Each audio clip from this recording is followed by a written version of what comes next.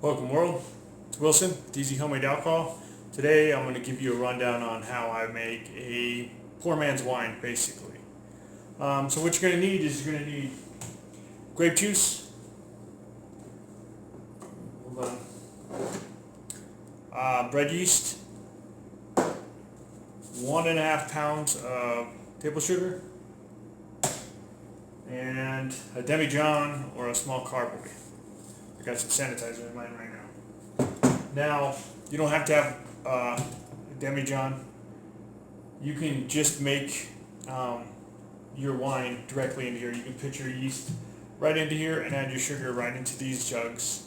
The nice part about these are they're sanitized and they're clean. So you can basically open these up, put your sugar in, put your yeast in, close it, put your airlock on top, and be set to go.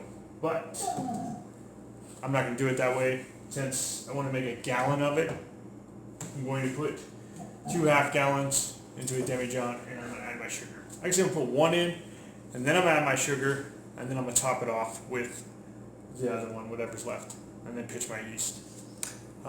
So that's it. I'm going to do that for you right now.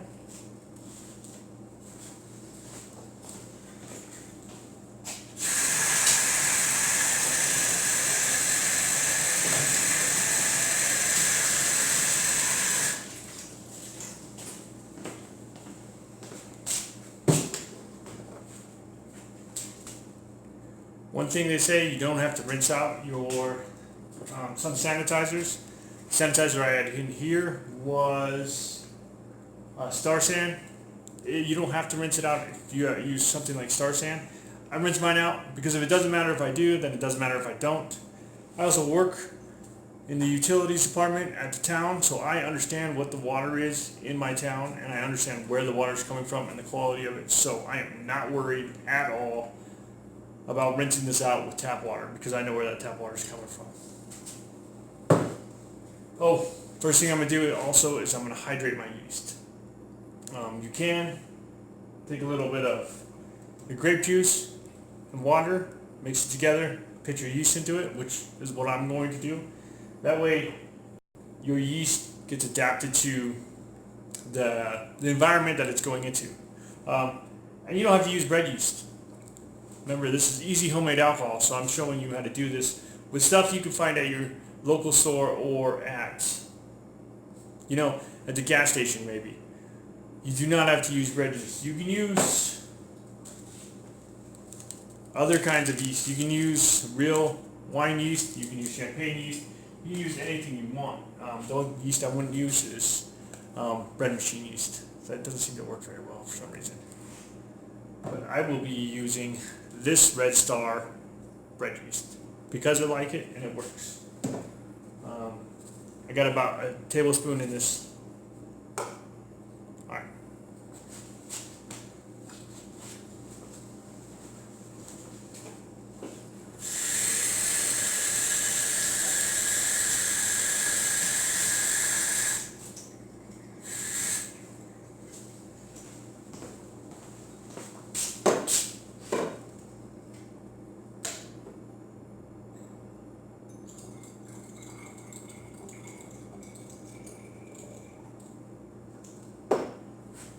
So, a little bit of water, a little bit of grape juice, put my yeast right in there. I'll mix it up a little bit. I do this because I like to see it start bubbling. That way I know my yeast is good and it's working and it's alive.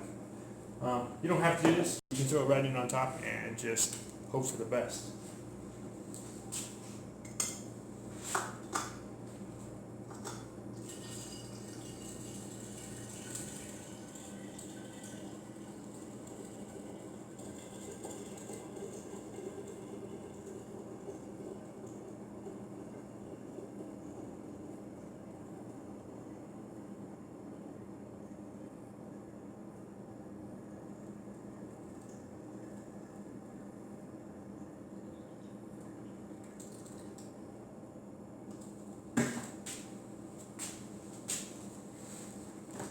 Everything I'm using has been sanitized Even the stuff off screen, I've sanitized. So sanitization is one of those things. Take it however you want. Some people are die-hard sanitizers, and other people are like, well, as long as it's clean. And I'm kind of lean more towards as long as it's clean, because they've been making this kind of stuff for hundreds of years, thousands of years when it comes to like mead, and there was not a whole lot of sanitation, and yet it still worked.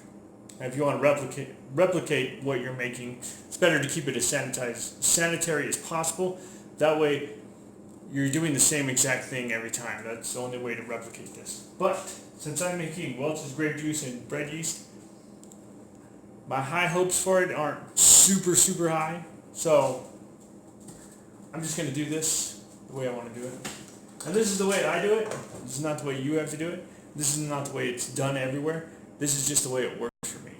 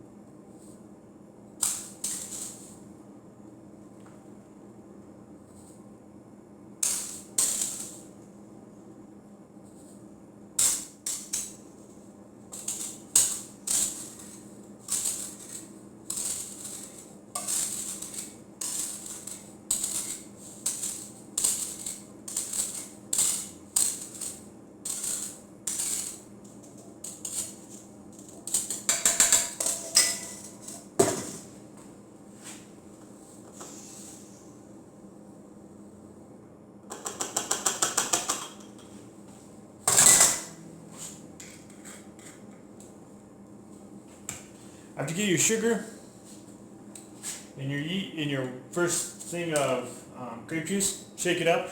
If you want, you can add some of your second grape juice. Because putting this much sugar already in grape juice that's already kind of saturated with sugar, it's going to make it hard to dissolve. There is a word for when something's completely saturated. I can't think of the name of it right now, but there is something out there that'll tell you. I don't know. But I'm going to add some of this.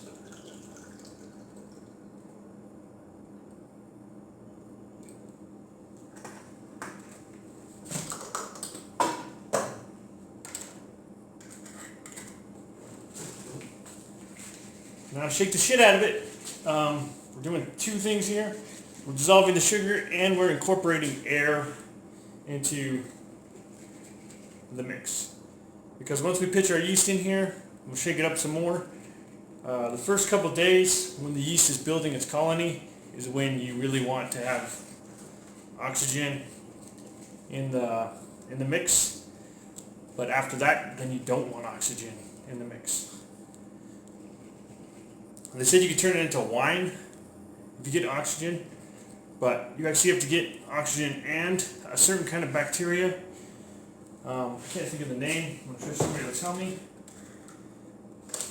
But once you get that bacteria and that oxygen mixed together, then it creates vinegar. But the yeast we're putting in here is going to turn this into alcohol fairly quickly, within 3 to 5 days, and that's going to help preserve it. The nice part about using grape juice is you don't have to add tannins to it, because grape skins and grapes naturally have tannin in them. And you don't have to add yeast nutrients, because nutrients that yeast normally would get comes in grapes. If you make something without, like an apple cider or hard cider, a lot of people add raisins to it or grapes to it because that's yeast nutrients. But with grape juice, you got your nutrients and you got your tannins already built in. You can take a pH of it and check to see what your pH is. I don't usually do that, but if you did and you found out your pH was a little too high, you can add something as simple as lemon juice, and that will obviously drop your pH down. And if your pH is already too low, like say it's a 2, and you need to get it back up to a 4, to use baking powder. Just put a little bit of baking soda, sodium bicarbonate, and yeah, that will bring your pH back up. But I don't really worry about it because I'm making poor man's wine, not science wine.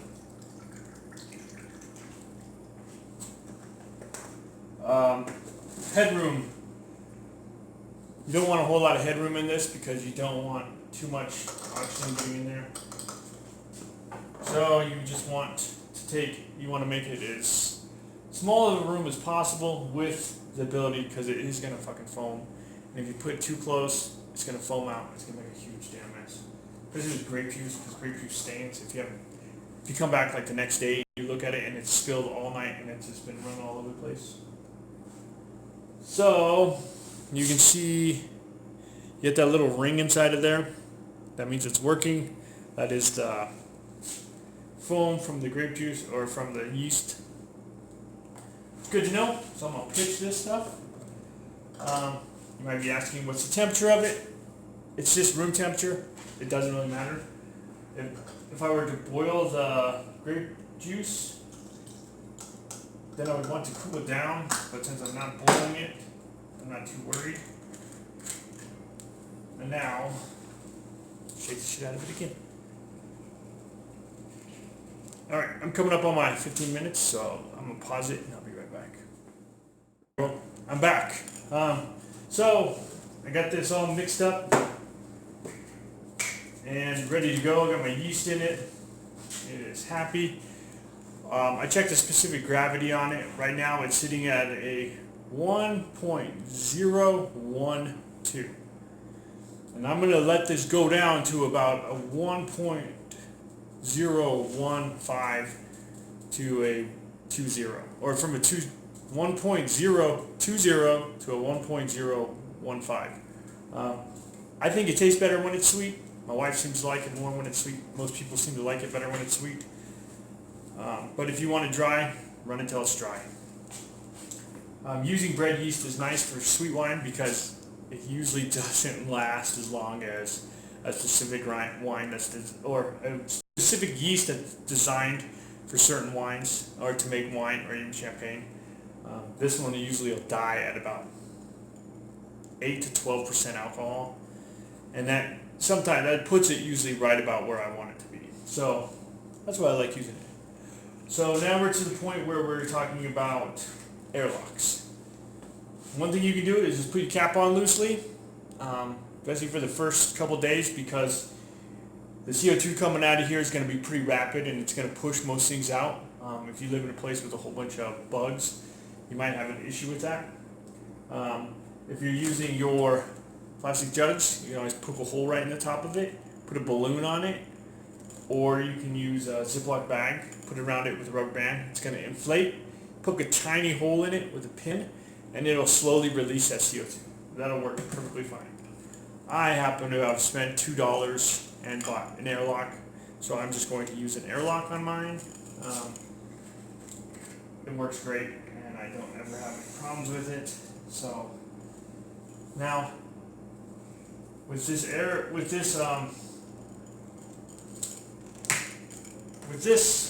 setup, you want to ferment it between 65 and 75. I've done it all the way up to 90 degrees. It's summertime. Where I live, it gets pretty hot. My garage doesn't stay super cool, but 70, 80 degrees, it works perfectly fine. But I like to keep it in the mid-60 range, so I put mine inside of an ice chest, or inside of a freezer that's on a temperature controller that shuts off and turns on. And then I will put some vodka or something in here, something high-proof alcohol. I like that better than using sanitizer. Makes me feel better. So, and I will deal with that in a minute. But thank you guys.